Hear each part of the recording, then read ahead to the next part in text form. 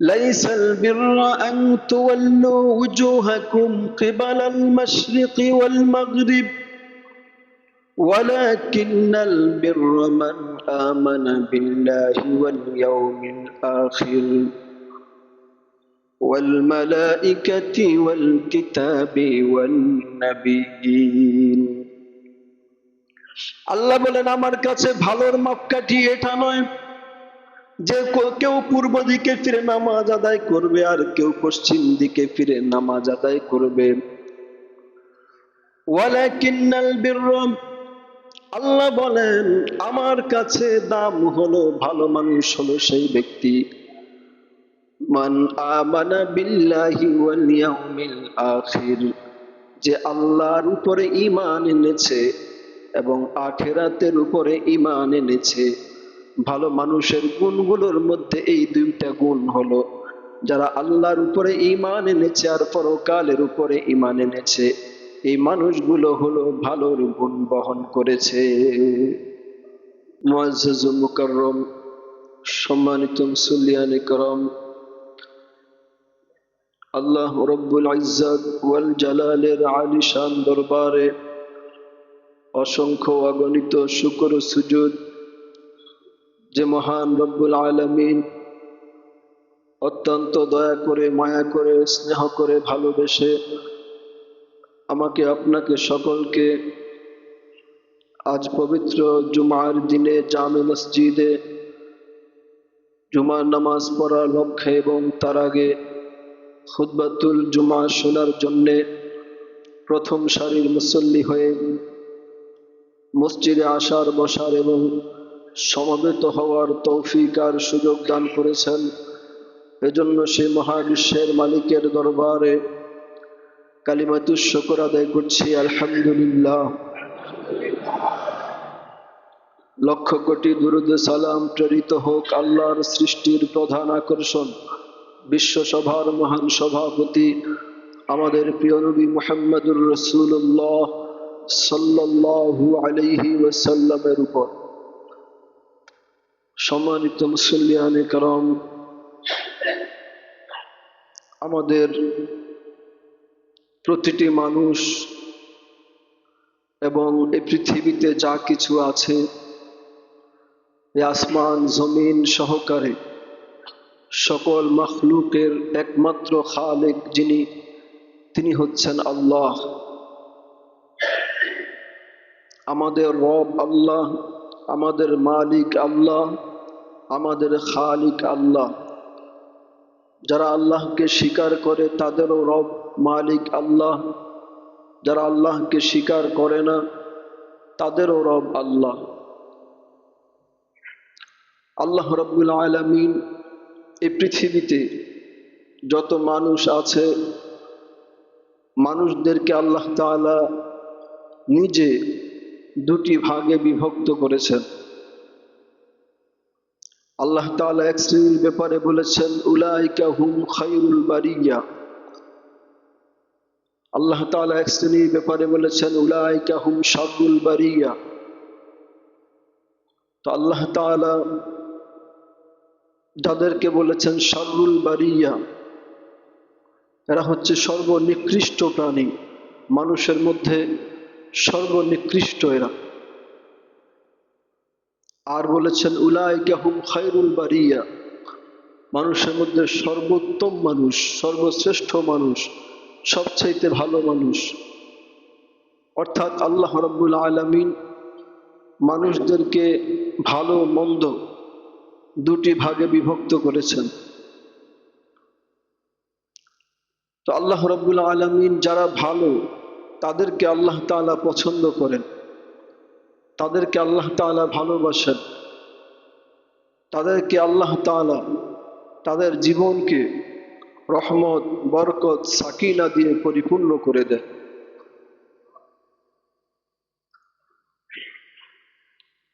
তো আল্লাহ তাআলা ভালো যারা তাদেরকে ভালোবাসেন। আমরা মানুষরাও যারা ভালো তাদেরকে ভালোবাসে, কি ঠিক না? খারাপ মানুষকে কেউ ভালোবাসে? যে ভালো তাকে সবাই ভালো বলে এবং সকল মানুষ ভালো তালাশ করে। একজন দোকানদার, তার দোকানে লোক নিবে, সে খারাপ মানুষ নিবে? খারাপ মানুষ নিতে চাইবে?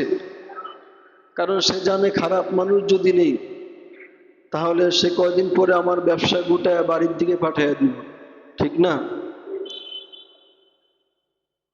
একজন বাবা তার মেয়েকে বিয়ে দিবে, একটা ভালো ছেলে চায়, ঠিক কিনা? একটা প্রতিষ্ঠান, খুব ভালো প্রতিষ্ঠান,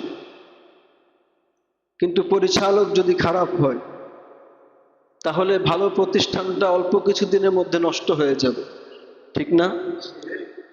আবার পরিচালক যদি ভালো হয় তাহলে এই ভালো প্রতিষ্ঠান দিন দিন আরো উন্নত হতে থাকে। সর্বক্ষেত্রে ভালোর প্রয়োজন। আমরা ভালো তালাশ করি, আর আল্লাহ তাআলাও ভালো চায়। ভালো মানুষকে আল্লাহ নিজেও ভালোবাসেন। এখন ভালো কারা? ভালো কোন ব্যক্তি? কে আল্লাহর কাছে ভালো?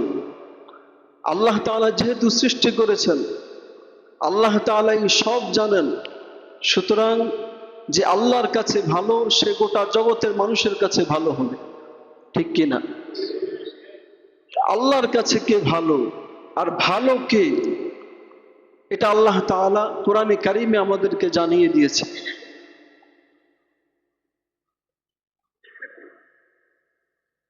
আমরা তো এক একজনের শ্রেষ্ঠত্বকে বর্ণনা করে নিজেকে ভালো দাবি করি, বা অন্যজনের শ্রেষ্ঠত্ব দাবি করে বয়ান করে তাকে ভালো বলি, কিন্তু আল্লাহর কাছে কি এগুলো কি ভালোর মাপকাঠি? যেমন ইহুদিরা, তারা আল্লাহর বিধান অনুসারে জীবন যাপন করে না, তো তারাও বলে কিন্তু তারা ভালো। وقالت اليهود ليست النصارى على شيء وقالت النصارى ليست اليهود على شيء। ইহুদিরা কয় আমরা ভালো, খ্রিস্টানরা কিছুই না। আবার খ্রিস্টানরা কয় আমরা ভালো, ইহুদিরা কিছুই না। আবার ইহুদিরা বলে وقالت اليهود والنصارى نحن أبناء الله وأحباؤه। খ্রিস্টানরা বলে যে আমরা আল্লাহ তাআলার সন্তান এবং আমরা আল্লাহ তাআলার বেশি বেশি প্রিয়। বলুন নাউজুবিল্লাহ। তারা দাবি করে যে আমরা আল্লাহর বেশি প্রিয়। আমি আপনাদের সামনে যে আয়াতে কারিমা তেলাওয়াত করেছি, এই আয়াতে কারিমার শানে নুজুল এসেছে যে খ্রিস্টানরা পূর্ব দিকে ফিরে নামাজ পড়ত, আর ইহুদিরা পশ্চিম দিকে ফিরে নামাজ আদায় করত। তো খ্রিস্টানরা বলতো যে আমরা ভালো, আমরা পূর্ব দিকে ফিরে নামাজ আদায় করি। খ্রিস্টানরা বলতো আমরা ভালো, খ্রিস্টানরা বলতো আমরা পূর্ব দিকে ফিরে নামাজ পড়ি, আমরা ভালো। ইহুদিরা বলতো আমরা পশ্চিম দিকে ফিরে নামাজ পড়ি, আমরা ভালো। তো আল্লাহ তাআলা এ সবার বাদ অনুবাদকে উপলক্ষ করে আল্লাহ তাআলা জানিয়ে দিয়েছেন, তোমরা যেগুলো নিয়ে ঝগড়া করো আমি আল্লাহর কাছে ভালো হওয়ার জন্য এগুলোর কোনো দাম নাই। ইহুদিরা বলতো যে আমরা শ্রেষ্ঠ কেন? কারণ আমাদের নবী আগে আসছে, আমাদের নবী মুসা আগে আসছে, সুতরাং আমরা ভালো। তোমাদের নবী পরে আসছে, সুতরাং তোমাদের নবী আমাদের নবীকে অনুসরণ করবে। আবার তারা বলে যে আমাদের কেবলা বাইতুল মুকাদ্দাস, এটা আমরা আগে কেবলা বানিয়েছি, তারপরে তোমরা কেবলা করেছো সেটাকে। আমাদের মুসলমানদের প্রথম কেবলা বাইতুল মুকাদ্দাস। আল্লাহ রসুল সাল্লাল্লাহু আলাইহি ওয়াসাল্লাম মদিনা শরীফে যাওয়ার পরে হিজরত করে রাসূল সাল্লাল্লাহু আলাইহি ওয়াসাল্লাম 16 থেকে 17 মাস বাইতুল মুকাদ্দাসের দিকে ফিরে নামাজ আদায় করেছে। তো এই জন্য তারা নিজেদেরকে শ্রেষ্ঠ দাবি করে এই সমস্ত বিষয়গুলো সামনে এনে, যে আমাদের নবী আগে এসেছে, তোমাদের নবী পরে, আমাদের কিতাব আগে, তোমাদের কিতাব পরে, আমরা আগে বাইতুল মুকাদ্দাসকে কেবলা বানিয়েছি, পরে তোমরা কেবলা বানিয়েছো। আল্লাহ তাআলা বলেন ليس البر أن تولوا وجوهكم قبل المشرق والمغرب ولكن البر من آمن بالله واليوم الآخر والملائكة والكتاب والنبيين আল্লাহ বলেন আমার কাছে ভালোর মাপকাঠি এটা নয় যে কেউ পূর্ব দিকে ফিরে নামাজ আদায় করবে আর কেউ পশ্চিম দিকে ফিরে নামাজ আদায় করবে। ওয়ালাকিন্নাল বিররা, আল্লাহ বলেন আমার কাছে দাম হলো, ভালো মানুষ হলো সেই ব্যক্তি মান আমানা বিল্লাহি ওয়াল ইয়াউমিল আখির, যে আল্লাহর উপরে ঈমান এনেছে এবং আখিরাতের উপরে ঈমান এনেছে। ভালো মানুষের গুণগুলোর মধ্যে এই দুইটা গুণ হলো, যারা আল্লাহর উপরে ঈমান এনেছে আর পরকালের উপরে ঈমান এনেছে, এই মানুষগুলো হলো ভালোর গুণ বহন করেছে। এরা হলো ভালো আল্লাহর কাছে। ভালোর গুণের মধ্যে এই প্রথম দুইটা গুণ আমি বললাম। আল্লাহ তাআলা এই আয়াতের মধ্যে কয়েকটা গুণ বলেছে, এই গুণগুলো যদি আমার মধ্যে থাকে তাহলে আমি ভালো মানুষ। আপনি কিভাবে বুঝবেন আমি ভালো মানুষ কিনা? এই আয়াতের সাথে আপনার জীবনকে মিলান, যদি মিলে যায় তাহলে আমি আল্লাহর কাছে ভালো মানুষ। লোকে আমাকে ভালো বলুক বা না বলুক, আমি আল্লাহর কাছে ভালো। আর এই আয়াতের সাথে আমার সাথে মিলে না। সারা দুনিয়ার মানুষ যদি ভালো বলে আমি ভালো না, সারা দুনিয়ার মানুষ যদি আমাকে শ্রেষ্ঠ বলে আমি শ্রেষ্ঠ না। কারণ আল্লাহ তাআলার বলে দেওয়া সংজ্ঞার মধ্যে আমি পড়ি না। আল্লাহ বলেছেন ভালো হচ্ছে তারা যে ঈমান এনেছে, আখিরাতে বিশ্বাস করে। সুতরাং যারা আল্লাহ এবং তার রাসূলের উপরে ঈমান এনেছে তারাই ভালো। ঈমান ছাড়া, আল্লাহ এবং তার রাসূলের উপরে ঈমান ছাড়া ভালো হওয়ার, ভালো বলার, ভালো দাবি করার কোনো প্রশ্নই আসে না, ঠিক কিনা? যে ঈমানদার সে ভালো, যে আল্লাহকে বিশ্বাস করে সে ভালো, যে রাসূলকে বিশ্বাস করেছে সে ভালো, যে আখিরাতে বিশ্বাসী সেই ভালো। এখানে আল্লাহ তাআলা এই ভালোর গুণগুলো বলেছে। আর কিসে বিশ্বাস করে? ওয়াল মালাইকা, যারা ফেরেশতাতে বিশ্বাস করে। আমরা ফেরেশতা বিশ্বাস করি না? ফেরেশতা দেখা যায় না, কিন্তু আমাদের বিশ্বাস করা এটাই আমাদের ঈমান, ঠিক কিনা? সবকিছু দেখা যাইতে হবে বিশ্বাস করার জন্য? আপনার শরীরে এক জায়গায় খুব ব্যথা, এটা দেখা যায়, কিন্তু আপনি বলতেছেন আমার খুব ব্যথা, শরীরটা খুব ব্যথা করতেছে। এটা যেমন বিশ্বাস করা যায় যে একজনের শরীরে ব্যথা হতে পারে, না দেখা গেলেও ব্যথা আছে, ঠিক তেমনি ভাবে আল্লাহকে দেখা যায় না, ফেরেশতা দেখা যায় না, জান্নাত দেখি নাই, জাহান্নাম দেখি নাই, কবরে আযাব দেখি নাই, বিশ্বাস করতে হবে এগুলো সব আছে, ঠিক কিনা? এগুলো সব সত্য, কোনো সন্দেহ নাই। তো ফেরেশতাদেরকে বিশ্বাস করতে হবে। একজন ভালো মানুষের গুণ হলো আল্লাহকে বিশ্বাস করা, রাসূলকে বিশ্বাস করা, আখিরাতে বিশ্বাসী হওয়া, তারপরে ফেরেশতাকে বিশ্বাস করা। একজন মানুষ যখন বিশ্বাস করে যে আমার সাথে দুজন ফেরেশতা আল্লাহ তাআলা নির্ধারণ করে রেখেছেন আমার নেকি বদি লেখার জন্য, এরা সব সময় আমার সাথে আছে, সব সময় এরা আমার সাথে, আমি যেখানেই যাই না কেন এই দুইজন ফেরেশতা আমার সাথে আছে। শুধুমাত্র ইস্তেঞ্জা, টয়লেট, ওয়াশরুমে এবং স্বামী স্ত্রীর বিশেষ সময়ে ছাড়া এই দুই সময়ে ফেরেশতারা লজ্জায় সরে যায়, বাকি সব সময় এই দুইজন ফেরেশতা আমাদের সাথে থাকে।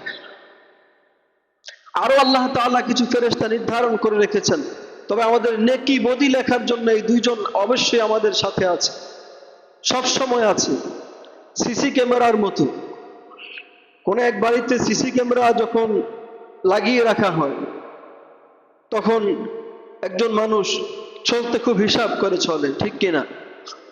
কথা বলতে খুব হিসাব করে বলে, এমনকি চোখের ইশারাটাও হিসাব করে দেয়, কারণ জানে আমি যা কিছু করতেছি সব রেকর্ড হয়ে যাচ্ছে। ঠিক তেমনি ভাবে আমাদের সাথে আল্লাহ তাআলা দুটি সিসি ক্যামেরা রেখে দিয়েছে, এদেরকে ফাঁকি দেওয়ার কোনো সুযোগ নাই। আমার প্রতিটি আমল, প্রতিটি কাজ, প্রতিটি হারকত, প্রতিটি নাড়াছাড়া সবগুলো এরা রেকর্ড করে ফেলছে। এটা থেকে বাঁচার কোনো সুযোগ নাই, ফাঁকি দেওয়ার কোনো সুযোগ নাই। দুই সময় ছাড়া, যখন সে ইস্তেঞ্জায় যায় আর স্বামী স্ত্রী যখন একসাথে বসবাস করে, এই সময় ছাড়া বাকি অন্য সময় ফেরেশতা সাথে থাকে। এই ফেরেশতাদেরকে ফাঁকি দেওয়ারও কোনো সুযোগ নাই। যখন তারা আমার সাথে থাকে না, তখন ঠিকই তারা ক্যামেরা ফিট করে যায়, নিজেরা থাকে না। যেমন সিসি ক্যামেরা এক জায়গায় আছে, মানুষ নাই, কিন্তু রেকর্ড ঠিকই চলতেছে, ঠিক কিনা?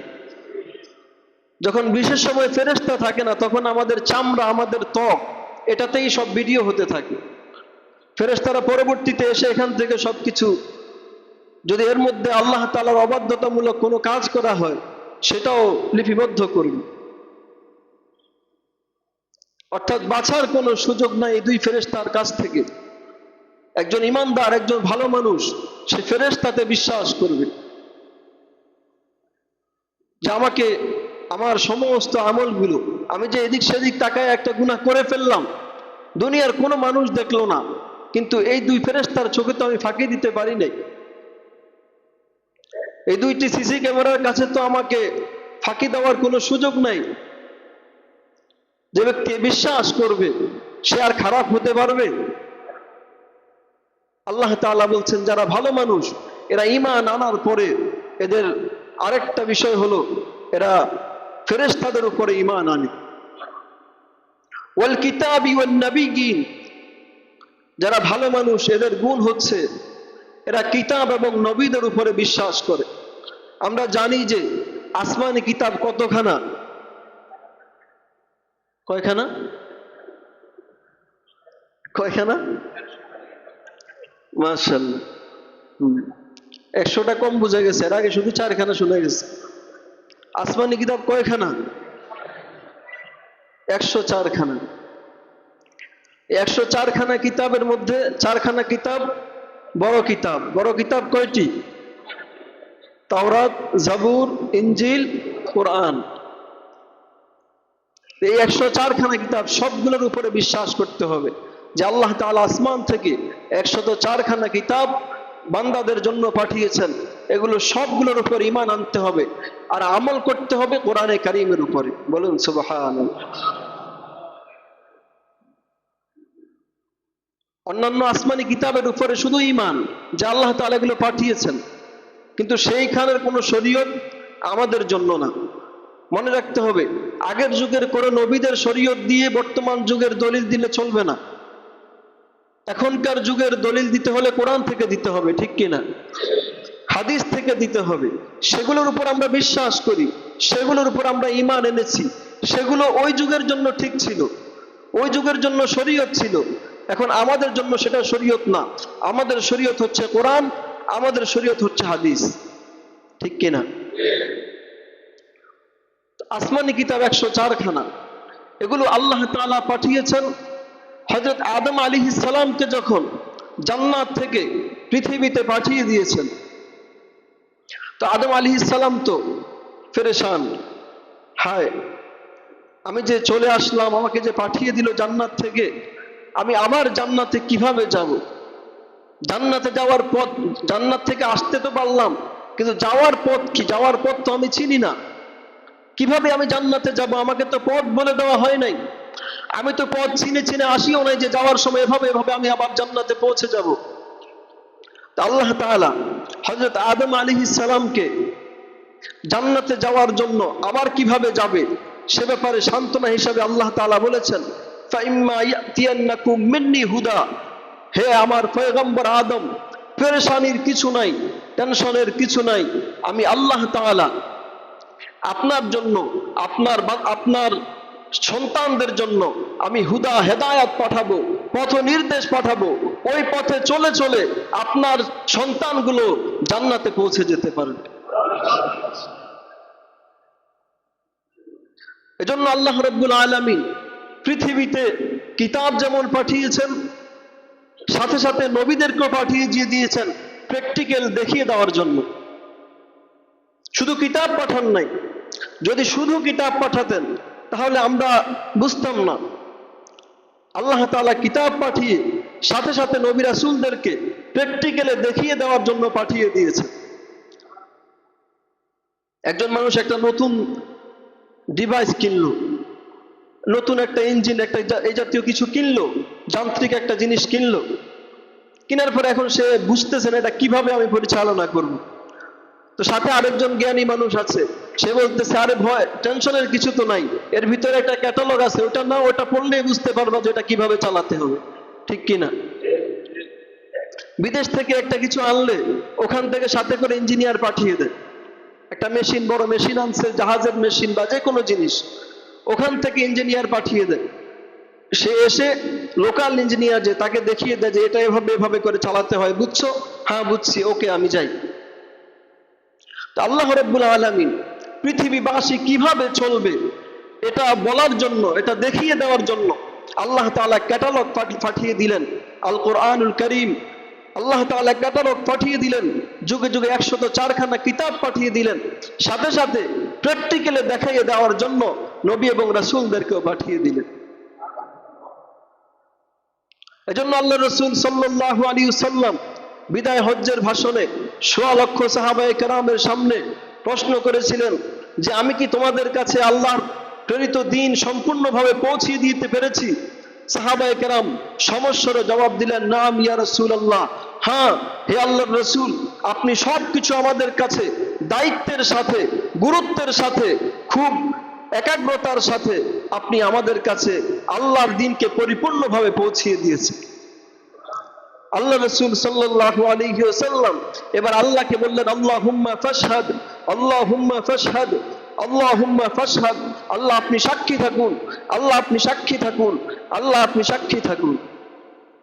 তার মানে আল্লাহ রাব্বুল আলামিন পৃথিবীতে সমস্ত নবী এবং রাসূলদেরকে পাঠিয়ে দিয়ে, কিতাব পাঠিয়ে দিয়েছেন, সাথে সাথে নবী রাসূলদেরকে পাঠিয়ে দিয়ে আমাদেরকে কিভাবে জান্নাতে যেতে হবে সে পথটাও দেখিয়ে দিয়েছেন। প্র্যাকটিক্যালে দেখিয়ে দেওয়ার জন্য আল্লাহ তাআলা ১৬ লক্ষ নবী এবং রাসূলদেরকে পাঠিয়েছে। এই কিতাব এবং নবীদের উপর ঈমান আনবে যে ভালো মানুষ, সে কিতাবের উপর, নবীদের উপর ঈমান আনবে। আর ঈমান আনার অর্থ হলো এটা, কিতাব যা বলেছে, নবী যেভাবে দেখিয়ে দিয়েছে সে সেভাবে চলবে। এরপরে আল্লাহ তাআলা বলেছেন, ওয়াআতাল মালা আলা হুব্বিহি যাওয়িল কুরবা ওয়াল ইয়াতামা ওয়াল মাসাকিন ওয়া ইবনাস সাবিল। ভালো মানুষের গুণ হলো এরা তাদের আল্লাহর দেওয়া সম্পদ থেকে আল্লাহর পথে ব্যয় করে। কাদেরকে ব্যয় করবে, কেমন মাল ব্যয় করবে, আল্লাহ তাআলা সেই কথাগুলো বিস্তারিত বলে দিয়েছেন। ওয়াতাল মালা আলা হুব্বিহি, ভালো মানুষের গুণ হলো এরা তাদের প্রিয় সম্পদ আল্লাহর পথে ব্যয় করবে। অর্থাৎ যখন তার দিলের মধ্যে সম্পদের মোহ আছে, সম্পদের ভালোবাসা আছে, একটা সময় তো এমন হয়ে যায়, একটা কথা বলে আবার অজ্ঞান হয়ে যায়, অসুস্থ, রুগ্ন, বিছানায় পড়ে গেছে, মুমূর্ষু অবস্থায়, ওই সময় তার সম্পদের কোনো মায়া তার কাছে নাই। এখন সে বলে যে সব দিয়া দাও আল্লাহর পথে। তখনকার দেওয়া আর যখন আপনি যুবক, আপনার এখন টাকার খুব প্রয়োজন, সম্পদের খুব মায়া, তখন দেওয়া এক না। আপনার খুব চাহিদা, খুব প্রয়োজন, এখন আপনার পেটে ক্ষুধা আছে, এ সময় আরেকজন ভাই সেও অনাহারে, ঠিক আছে আমি অর্ধেক পেট খাইলাম, পেটের অর্ধেক খাইলাম বা খাবারের অর্ধেক খাইলাম, বাকি অর্ধেক আমার যে ভাই ক্ষুধার্ত তাকে দিয়ে দিলাম। এই দুই দেওয়া, এই দেওয়া, এই যে দিলাম, আমার চাহিদা আছে তারপরেও দিলাম। আর আরেকটা দেওয়া হলো নিজে খাইতে পারি না, পচে লাভ নেই, আরেকজনকে দিয়ে দিই। দুই দেওয়া কি সমান? এই দুই দেওয়া কি সমান হবে? আল্লাহ তাআলা এটাই বলেছেন, ওয়াতাল মাল আলা হুব্বি, যখন মালটা তোমার কাছে প্রিয়, তোমার প্রয়োজন, তখন দাও। এটা আল্লাহ তাআলা পছন্দ করেন। ভালো মানুষের একটা গুণ এটা। যখন তোমার লাগবে, তোমার প্রয়োজন, তখনও তুমি আল্লাহর পথে, পাশের কোনো ভাই অভাবে আছে কিনা, না খেয়ে আছে কিনা, না পড়ে আছে কিনা, তখন তাকে দাও।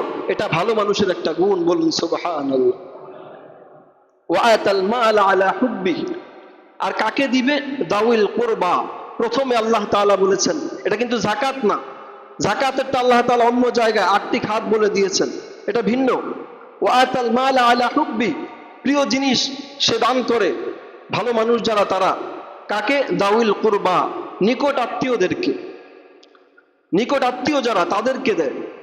ওয়াল ইয়াতামা, ইয়তীমদেরকে দেয়। ওয়াল মাসাকিন, মিসকিনদেরকে দেয়। ওয়াবনাস সাবিল, এবং যে ব্যক্তি মুসাফির, বাড়িতে তার অনেক কিছু আছে, সে কারখানার মালিক, ফ্যাক্টরির মালিক, কিন্তু এখন ছিনতাইকারী কবলে পড়ে সব নিয়ে গেছে, অথবা টাকা হারিয়ে ফেলছে, ও তাকে দিতে পারবে, তাকে দাও। তারপরে আল্লাহ তাআলা এখানে ওয়াল ইয়াতামা ওয়াল মাসাকিন ওয়াবনাস সাবিল ওয়াসসাইলিনা ওয়া ফির রিকাব, এরপরে আল্লাহ তাআলা বলছেন ওয়াল মুফুনা বিআহদিহিম ইদা আহাদু। এই যে একটা গুণ, যখন সে কারোর সাথে ওয়াদা করে, সে ওয়াদাকে, বা কারোর সাথে কোনো চুক্তি করে, সেই চুক্তিকে পূর্ণ করে, চুক্তি ঠিক রাখে, চুক্তির বাহিরের কোনো কাজ করে না। এটা যদি ঠিক থাকতো, তাহলে আমাদের অনেক সমস্যার সমাধান হয়ে যেত। আজকে আমাদের ওয়াদা ঠিক আছে, আমাদের বাংলাদেশের মানুষের কাছে 1 মিনিট মানে 1 ঘন্টারও বেশি হতে পারে, আবার 1 দিনেরও বেশি হতে পারে, ঠিক কিনা? এইটাই তো 1 মিনিট আসতেছি, 1 মিনিট করে 5 মিনিটেও সে নাই। এ ওয়াদা রক্ষা পাইল? কথা বলেন, এ ওয়াদা রক্ষা হইল? একজনের কাছ থেকে টাকা ধার নেয়, এজন্য ধারের যে একটা ফজিলত ছিল, ধারের যে একটা প্রচলন ছিল, ওইটা না, এখন সব সুদের মধ্যে চলে গেছে। কারণ মানুষের কাছ থেকে যে ধার নেয় একরকমে বইলা, দেওয়ার সময় আর খবর থাকে না, সিম নাম্বার পাল্টায় লাগে, তাকে খুঁজেই পাওয়া যায় না। আবার খুঁজতে গেলে উল্টা চড়াও হয়, আক্রমণাত্মক হয়, ঠিক কিনা? যদি এটা না হইতো, তাহলে কত মানুষের ব্যাংকে টাকা পড়ে আছে, সুদও খায় না, সে সুদ নিবে না, ওটা দিয়ে একজন মানুষ উপকৃত হোক, অসুবিধা কি? কিন্তু আমরা এটা করতে পারি না। আমরা একজনের কাছ থেকে নিছি, তো নেওয়ার সময় বিলাই, আর দেওয়ার সময় ভাগ হয়ে যায়। হ্যাঁ, এলাকা থেকে গেছি গা নাকি, আমি কি তোমার টাকা নেওয়া ভাগছি নাকি? আমার কি পাইতা না, আমি কি দিমু না, কবে দেই নাই নাকি? এই ধরনের মানে বাঘ হয়ে যায়, পুরা আক্রমণাত্মক হয়ে যায়। যদি এমন না হইতো, সঠিকভাবে আমি একজনকে ধার দিলাম, সে সময় মতো যেদিন বলছে ওই দিন, পারে নাই তো একদিন যায় বলছে যে ভাই, আমি তো টাকাটা আমি দিতে পারবো না ওই তারিখে, আমি আরো কিছুদিন আমাদের সময় দিতে হবে, বলে দেন। কিন্তু আপনাকে খুঁজেই পাওয়া যায় না, মোবাইল নাম্বারই পাল্টাই ফেলছেন, মোবাইল ফোন দিয়েও পাওয়া যায় না। এটা কি ভালো মানুষের গুণ হতে পারে? আল্লাহ বলছেন ওয়াল মুফুনা বিআহদিহিম ইদা আহাদু। অনেক ভালো মানুষ আছে, নামাজি মানুষ, কিন্তু লেনদেনের ব্যাপারে খারাপ, আছে না? একজন মানুষের ইবাদত, মুআমালাত, মুআশারাত সবগুলো ঠিক থাকতে হবে, আখলাক এগুলো ঠিক থাকতে হবে, তারপরে সে ভালো মানুষ হতে পারবে। আল্লাহ তাআলা ভালো মানুষের গুণ বলছেন ওয়াল মুফুনা বিআহদিহিম ইদা আহাদু। হযরত ইসমাঈল আলাইহিস সালামের ব্যাপারে আল্লাহ তাআলা কোরআনে কারিমে প্রশংসা করেছেন, ওয়াজকুর ফিল কিতাবে ইসমাঈল ইন্নাহু কানা সাদিকাল ওয়াদি ওয়া কানা রাসূলান নাবিয়্যা। আল্লাহ তাআলা বলছেন যে ইসমাঈল আলাইহিস সালাম, তিনি ওয়াদা পূরণের ক্ষেত্রে ছিলেন খুবই দায়িত্ববান। বলুন সুবহানাল্লাহ। ওনার কাছে একজন মনে করেন আজকে শুক্রবার, তো ওনাকে বলছে যে, উনি বলছে যে আমি এখানে আছি, তুমি যাও, তুমি নিয়ে আসো, একটা জিনিস আনতে বলছে। তো শুক্রবার গেল, শনিবার গেল, রবিবার গেল, সোমবার ওই লোকটার মনে হয়েছে যে আমি না ওনাকে দাঁড় করে আসছি ওখানে, তো সোমবারে উনি আয়সা দেখে যে উনি ওই জায়গায় দাঁড়ায় দিচ্ছে, হযরত ইসমাঈল আলাইহিস সালাম। তো বলছে আমি তো আসি নাই, আপনি চলে যাইতেন। তিনি বললেন যে আমি যদি এখান থেকে চলে যাইতাম, আমি তো বলছি যে আমি এখানে আছি, আমি যদি চলে যাইতাম তাহলে তো আমার ওয়াদা খেলাফ হয়ে যাইত, এজন্য আমি এখানে 3 দিন দাঁড়ায় রইছি। আল-মুফুনা বিআহদিহিম ইযা আহাদু, এটা আল্লাহ তাআলা প্রশংসা করেছেন কোরআনে কারীমে হযরত ইসমাঈল আলাইহিস সালামের, যে তিনি এমন ভাবে ওয়াদা রক্ষা করেছেন। এরপরে আল্লাহ তাআলা বলছেন ওয়াস-সাবিরিনা ফিল বাসাই ওয়াদ-দাররাই ওয়া হিনাল বাস, যারা ধৈর্য ধারণ করে বিপদের সময়, দুঃখের সময়, কষ্টের সময়ও ধৈর্য ধারণ করে, এদেরকে আল্লাহ তাআলা বলেছেন এরা হচ্ছে ভালো মানুষ। বলেন সুবহানাল্লাহ। বিপদের সময় ধৈর্য ধারণ করা। কেউ যদি বিপদের সময়, বিপদ আসছে, যত বড় বিপদ হোক, এর থেকে উদ্ধারের আর কোনো পথ নাই, সব পথ বন্ধ, আপনি যদি আল্লাহর উপর ভরসা করেন, বলুন আল্লাহ তাআলা কি আপনার জন্য পথ বের করতে পারে? এ ক্ষমতা কি আল্লাহর আছে? তাহলে আল্লাহর উপর ভরসা করে আপনি যদি পড়েন ইন্না লিল্লাহি ওয়া ইন্না ইলাইহি রাজিউন, আল্লাহুম্মা উজুরনি ফি মুসিবাতি ওয়া আখলিফ লি খায়রাম মিনহা, একটা দোয়া আছে। এই দোয়াটা হযরত উম্মে সালামা রাদিয়াল্লাহু তাআলা আনহা আমাদেরকে শিখিয়েছেন। উম্মে সালামা রাদিয়াল্লাহু তাআলা আনহার স্বামী আবু সালামা সে ইন্তেকাল করলো। তো ইন্তেকালের পরে উম্মে সালামা রাদিয়াল্লাহু তাআলা আনহা তিনি এই দোয়া পড়লেন ইন্না লিল্লাহি ওয়া ইন্না ইলাইহি রাজিউন আল্লাহুম্মা আজুরনি ফি মুসিবাতি ওয়া আখলিফ লি খায়রাম মিনহা। এই দোয়া পড়লেন। ও দোয়া জানা আছে, তো দোয়া তো পড়ছেন, নবীজির সুন্নাত, নবীজি শিখিয়েছেন, এজন্য পড়ছেন। কিন্তু তিনি বুঝছেন যে দোয়া তো পড়লাম ভালো, মানে আল্লাহ, ও এই দোয়ার অর্থ আগে শুনেন। দোয়ার অর্থ হচ্ছে আল্লাহুম্মা উজুরনি ফি মুসিবাতি, আল্লাহ আমার এই মুসিবতকে আপনি প্রতিদান হিসেবে গ্রহণ করেন, অর্থাৎ এই মুসিবতের বিনিময়ে আপনি আমাকে প্রতিদান দেন। আর ওয়াখলিফ লি খায়রাম মিনহা, আর এই মুসিবতের কারণে আমাকে এর চাইতে ভালো কিছু দান করে। এ দোয়ার অর্থ হচ্ছে তে মহিলা হযরত উম্মে সালামা রাদিয়াল্লাহু তাআলা আনহা উম্মাহাতুল মুমিনিন, তো তিনি এই দোয়া করলেন আর ভাবলেন যে আর কি ভালো হবে, স্বামী মরে গেছে, টাকা যদি হইতো তাহলে মনে করতাম 1 লাখ গেছে 2 লাখ আসবে, স্বামী মরে গেছে আর কি আসবে। রাসূল কারীম সাল্লাল্লাহু আলাইহি ওয়াসাল্লাম সাহাবায়ে কেরামের খোঁজ খবর নিতেন। আবু সালামা ইন্তেকালের পরে খোঁজ খবর নিতেন। একদিন রাসূল নিচেই গেলেন বাড়িতে, গিয়ে দেখলেন যে উম্মে সালামার অবস্থা একেবারে দুস্থ অবস্থা, খুবই মানবতার জীবন যাপন করতেছেন ছোট ছোট বাচ্চা নিয়ে। রাসূল সাল্লাল্লাহু আলাইহি ওয়াসাল্লাম বললেন যে উম্মে সালামা তুমি একটা বিবাহ করে ফেলো, তাহলে তোমার এই সন্তান, তোমার ফ্যামিলির সবার দায়িত্ব একজন গ্রহণকারী হবে, একজন পুরুষ সবার দায়িত্বশীল হবে। তো উম্মে সালামা বললেন ইয়া রাসূলুল্লাহ, আমার যে বয়স, এই বয়সে আমাকে কেউ বিয়ে করতে চায় না। রাসূল সাল্লাল্লাহু আলাইহি ওয়াসাল্লাম বললেন কেউ যদি বিয়ে করতে না চায় তাহলে আমিই করি। আল্লাহ রাসূল সাল্লাল্লাহু আলাইহি ওয়াসাল্লামের প্রস্তাব দেওয়ার পরে উম্মে সালামা বললেন ইয়া রাসূলুল্লাহ, আপনি তো বিয়ে করবেন প্রস্তাব দিয়েছেন, কিন্তু আমার তো কিছু সমস্যা আছে। আমার সমস্যা 3টা। কয়টা সমস্যা? 3টা সমস্যা। এক সমস্যা হইলো একটা কথা, আমার সমস্যা হয়েছে 3টা। কি সমস্যা? আমার রাগ বেশি। আপনি আল্লাহর রাসূল, কোন সময় সংসার করতে যায় কি বলে ফেলি আর আপনার মনে কষ্ট হবে, আপনার মনে কষ্ট হলে আল্লাহকে কষ্ট দেওয়া হবে, এর চাইতে আমি এমনিতে থাকি, এটাই ভালো। 2 নম্বর, আমার সংসার বড়, বাচ্চা কাচ্চা ছোট, বাচ্চা বেশি। 3 নম্বর হইল আমার এখন বৃদ্ধ অবস্থা, আমাকে বিয়ে করে আপনার তো কোনো লাভ হবে না, আপনার কোনো খেদমত আমি করতে পারবো না। আল্লাহ রাসূল সাল্লাল্লাহু আলাইহি ওয়াসাল্লাম 3টার সমাধান দিলেন। বললেন তোমার রাগ বেশি, আমি আল্লাহর কাছে দোয়া করব তোমার রাগ শেষ হয়ে যাবে। 2 নম্বর, তোমার সন্তান বেশি, এজন্যই তো আমি তোমাকে বিয়ে করতে চাইছি, যে সন্তানগুলোর একটা ব্যবস্থা হয়ে যাক। 3 নম্বর সমস্যা তোমার এখন বার্ধক্য অবস্থা, তো তাতেও কোনো সমস্যা নাই, আমার নিজেরও তো বয়স বেশি, তোমারও বয়স বেশি, আমি তো তোমার প্রয়োজনে বিয়ে করতেছি না, আমি তো তোমার প্রয়োজনে তোমাকে বিয়ে করতেছি, সুতরাং অসুবিধা নাই।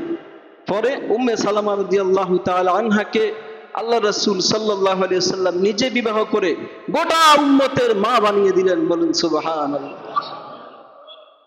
এখন উম্মে সালামা বলে, আমার এই দোয়া এমন ভাবে কাজে লাগছে, আমি ছিলাম উম্মে সালামা, সালামার মা, এখন আমি হয়ে গেছি উম্মাহাতুল মুমিনিন, গোটা উম্মতে রাসূলের যত উম্মত আছে সকল উম্মতের মা হয়ে গেছে।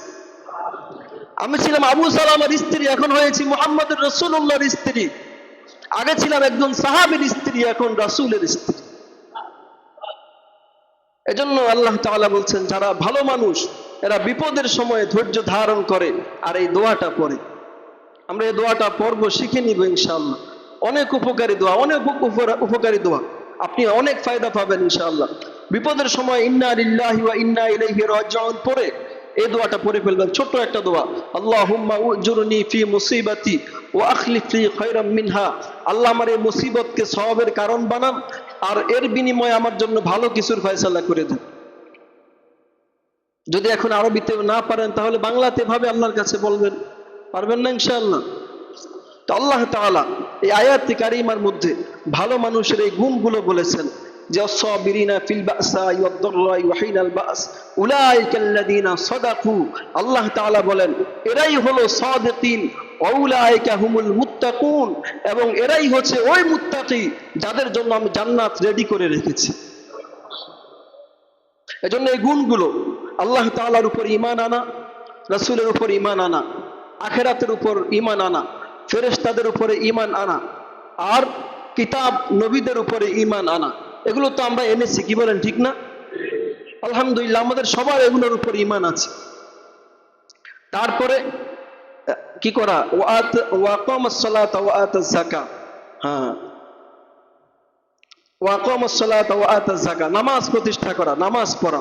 নামাজ ছাড়া ভালো মানুষ হওয়া যায় না। ওয়া আতাজ যাকাত, যাকাত দেওয়া।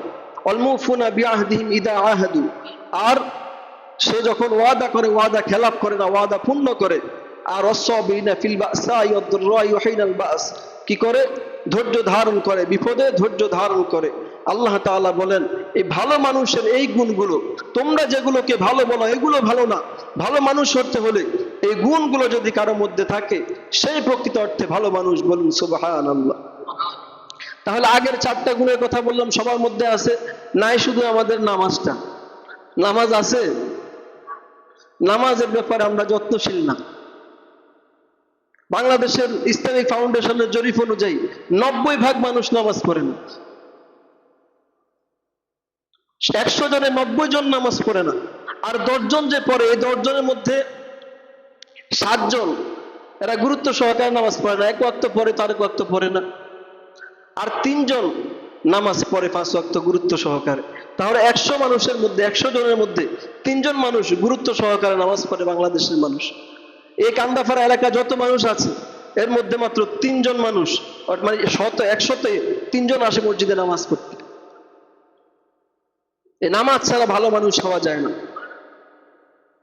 ওয়াতা যাকাত, যাকাত দিতে হবে, আর ওয়াদা পূর্ণ করতে হবে, বিপদে মুসিবতে ধৈর্য ধারণ করতে হবে।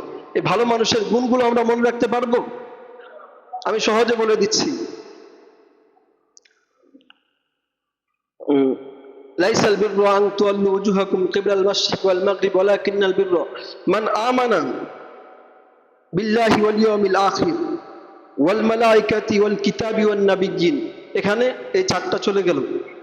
আমানা বিল্লাহি, আল্লাহর উপর ঈমান আনা, ওয়াল ইয়াউমিল আখির, আখিরাতে ঈমান আনা, তারপরে ওয়াল মালাইকাতি, ফেরেশতাদের উপরে ঈমান আনা, ওয়াল কিতাবি, কিতাবের উপর ঈমান আনা, ওয়ান নাবিয়্যিন, নবীদের উপর ঈমান আনা। এগুলো আমরা এনেছি।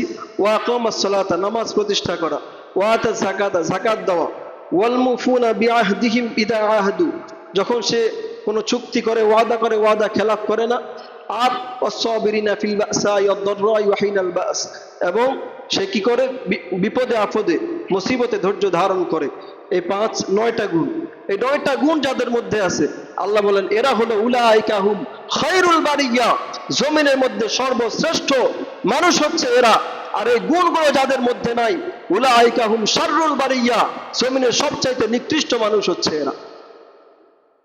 এখন আমি ভালো মানুষ কিনা আমি আমার জীবনের সাথে মিলিয়ে নেই। যদি এই গুণগুলো আমার মধ্যে থাকে আমি ভালো মানুষ, আর এই 9টা গুণ আমার মধ্যে নাই, আমি ভালো মানুষের অন্তর্ভুক্ত হতে পারিনি। আল্লাহ তাআলা আমাদের সকলকে আল্লাহর কাছে ভালো মানুষ হয়ে ভালো হয়ে দুনিয়া থেকে বিদায় নেওয়ার, দুনিয়া থেকে যাওয়ার তৌফিক দান করুক, আমিন। বিপদে ধৈর্য ধারণ করার তৌফিক দান করুক, বলুন আমিন। আল্লাহ তাআলা আমাদের সকলকে কবুল করুক, মঞ্জুর করুক, আমিন। ওয়া আখিরু দাওয়ানা আলহামদুলিল্লাহি রাব্বিল আলামিন।